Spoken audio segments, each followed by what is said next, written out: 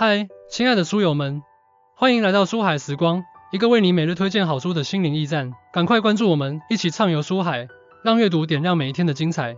凌晨3点翻来覆去时，你会不会问自己，我每天忙得像个陀螺，到底在追什么？加班到深夜推开门，冷锅冷灶的瞬间，掏出手机却找不到一个能说我好累的人，甚至完成了大项目，成就感只维持3分钟。紧接着就是更深的恐慌，下一站我该往哪走？如果这些你都经历过，今天这条视频会把你拧巴的人生掰回舒服的轨道。我要推荐一本治好了我3年焦虑的书，书名特别有画面感，浮木。先说说这本书有多敢讲真话。作者李明轩是我关注了5年的心理学博士，不是那种灌鸡汤的人生导师，而是做过1000加个心理咨询案例的实战派。他在书里没说你要更努力，你要逼自己，反而劈头盖脸问，你有没有试过别跟生活硬刚？他打了个特别扎心的比方，生活像条河，你没法把它掰弯让它往你想去的方向流，但你可以选怎么在河里漂，是横冲直撞撞得头破血流，还是顺着水流找最舒服的姿势。而浮木的核心就是教你做会漂的浮木，不用跟命运硬刚，用最小的力过最舒展的人生。不是躺平，顺流的本质是借生活的力。先澄清一个误区，很多人觉得顺势而为是躺平，其实恰恰相反，顺流是识别水流的方向，然后借它的力。就像阿里最惨的时候，马云连房租都交不起，团队每天有人辞职，他躲在厕所里哭，直到读到一本讲道家智慧的书才想通，不是要跟命运硬刚，而是要顺着水流走，这才有了后来的阿里。而浮木里的顺势而为，正是马云当年悟道的核心。书里有个创业者的案例特真实，28岁的小伙开奶茶店亏了20万，蹲在店门口哭的时候，突然发现旁边写字楼的白领中午都懒得下楼，他立刻把奶茶店改成写字楼下午茶配送，主打30分钟到工位，不到半年开了3家分店。李明轩说，顺流不是放弃，是3个动作。先抬头看路，别闭着眼瞎冲，比如想换工作，先查行业趋势，现在企业学会 AI 的运营，不是只会写文案的运营。把我必须做成改成我可以试试，比如做自媒体，别盯着10万粉，先每周更1条视频，慢慢找节奏。灵活比坚持更重要，比如学编程学不下去，试试学数据可视化，换个方向，可能比硬熬更管用。别让情绪反客为主，你其实能当自己的情绪管家。你有没有过被情绪冲昏头的时刻？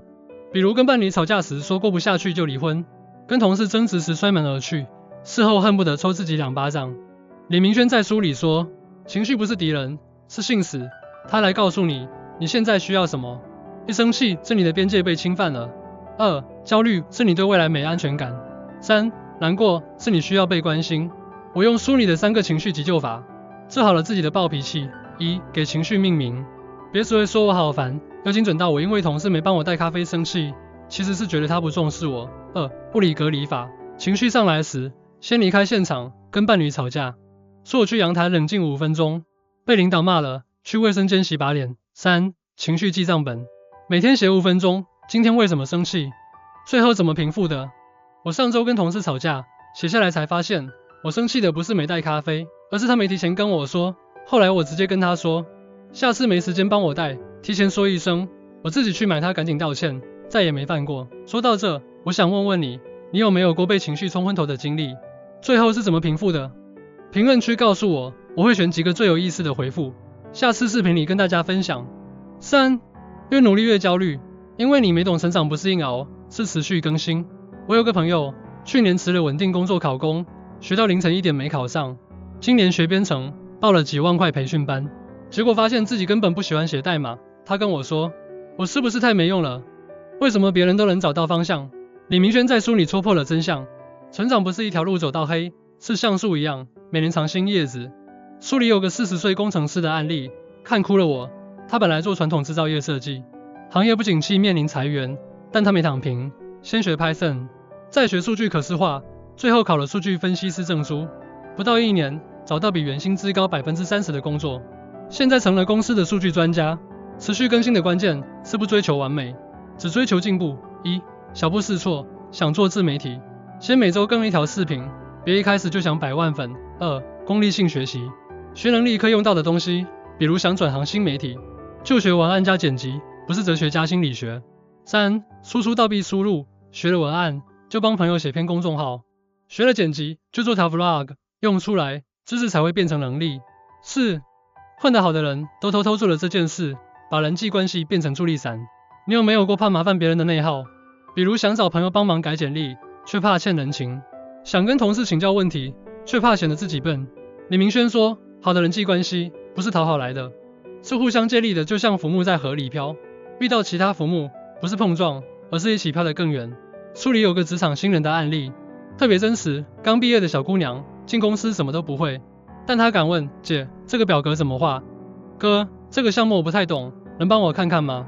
慢慢的，同事们都喜欢这个爱问问题的姑娘，有资源都想着她，试用期没结束，就被提拔成项目助理。构建助力型人际关系，只要3个小技巧。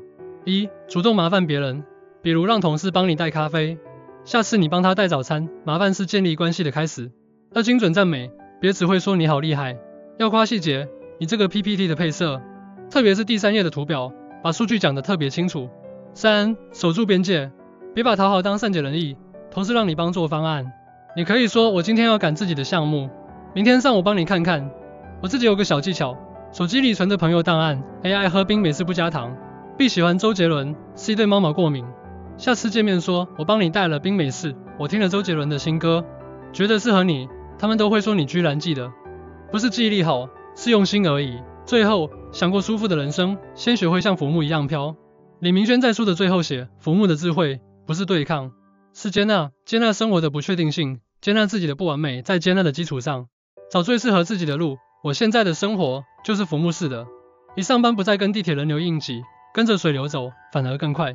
2. 跟伴侣吵架，先去阳台冷静5分钟，再回来沟通。3. 遇到不会的问题，主动问同事，不再怕显得笨。慢慢的，我发现，原来舒服的人生，不是什么都要，而是知道自己不要什么，不是跟别人比，而是跟昨天的自己比。最后说点掏心窝子的话，如果你也想试试浮木思维，我给你几个立刻能做的小行动。1. 明天上班，跟着地铁人流走，别硬挤，试试顺流的感觉。2. 今晚花5分钟写情绪记账本，今天为什么生气，最后怎么平复的。3. 下周主动麻烦一个朋友，让他帮你带杯咖啡，下次你帮他带份早餐。如果你觉得这条视频对你有帮助，一定要点赞收藏，避免之后找不到。记住，生活像条河，你没法掰弯它，但你可以选怎么飘，像浮木一样，顺着水流，找最舒服的姿势。我们下次再见，拜拜。